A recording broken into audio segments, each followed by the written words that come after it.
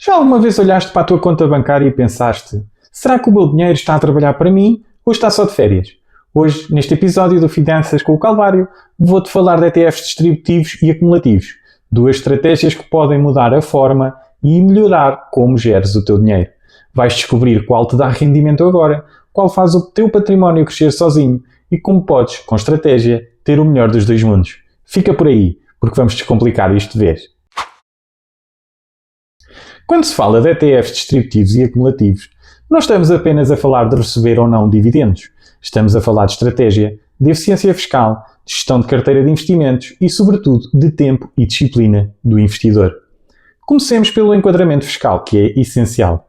Em Portugal, os ETFs distributivos pagam dividendos periodicamente e esses rendimentos são tributados à taxa de 28%, salvo opção pelo englobamento fiscal. Ou seja, se um ETF distribui 100 euros, apenas 72 euros ficam na tua conta a pontos de impostos. Este arrasto fiscal reduz a eficiência do capital que poderia estar a trabalhar para ti. Nos ETFs acumulativos, os dividendos são reinvestidos automaticamente no fundo. O imposto só incide quando vendes o ETF e quando realizas mais-valias.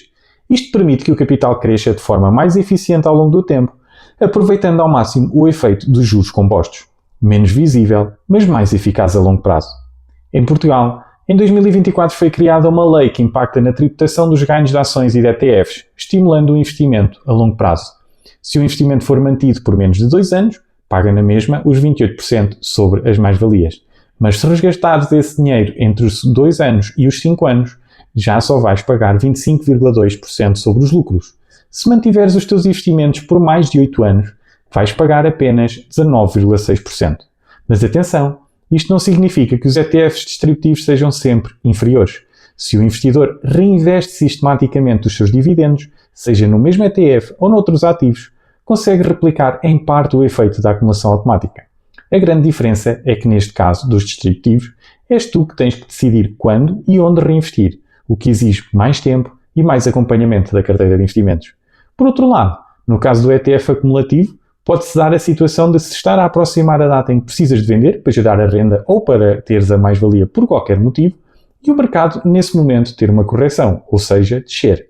O risco que corres é que tens que vender mais do que tinhas pensado para gerar o mesmo valor de rendimento. Se já estiveres a receber dividendos nessa altura, podes não ter de vender nada. E com boas escolhas, os dividendos até podem nem diminuir mesmo durante os períodos em que o mercado desce. Imagina um investidor que recebe 1.000 euros em dividendos por ano de ETFs distributivos. Após impostos, ficam 720 euros disponíveis. Se ele reinvestir esses 720 euros, está a reforçar a carteira de forma estratégica. Não é tão automático como no acumulativo puro, mas permite flexibilidade.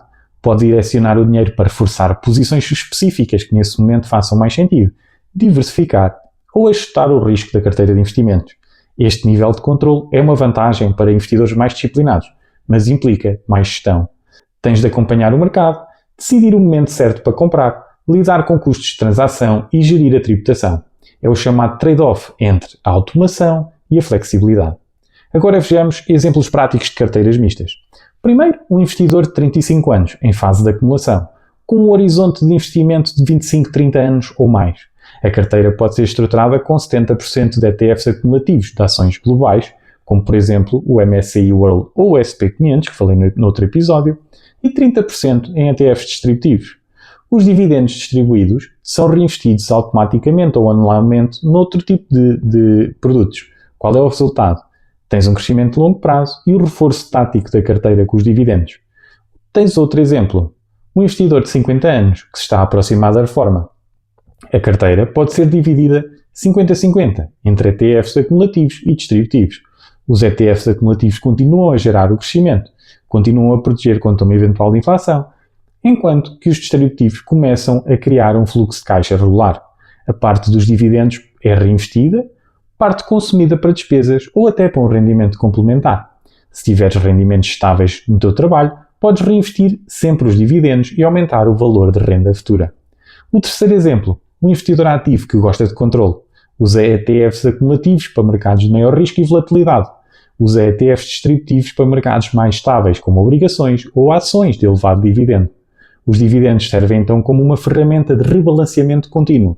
Se o mercado cair, reforça posições a preços mais baixos. Se subir, podem ser direcionados para reduzir o risco da carteira. Repara que nestes exemplos todos, o ETF é apenas a ferramenta. A estratégia é que determina o resultado. Também convém falar do custo e do tempo e da atenção que tu tens que despender. Os ETFs acumulativos são quase o chamado set and forget, comprar e esquecer. Compras, reforças e deixas andar. Os ETFs distributivos exigem acompanhamento, saber o que fazer com os dividendos, quando reinvestir, como otimizar impostos. Não é melhor, não é pior, é diferente. No final, a escolha entre distributivos e acumulativos não é moral, nem é ideológica, é prática. Queres simplicidade e automatização? O teu caminho são os ETFs acumulativos.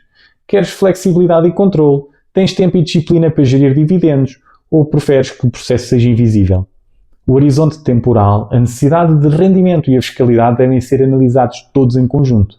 Investir com eficiência não é escolher o ETF perfeito, é construires uma carteira que faça sentido para ti, para os teus objetivos e para o tempo que estás disposto a dedicar.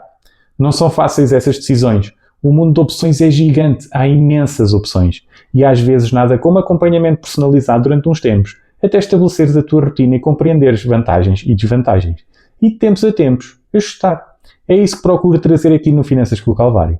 Menos ruído, mais clareza, menos modas e mais decisões conscientes.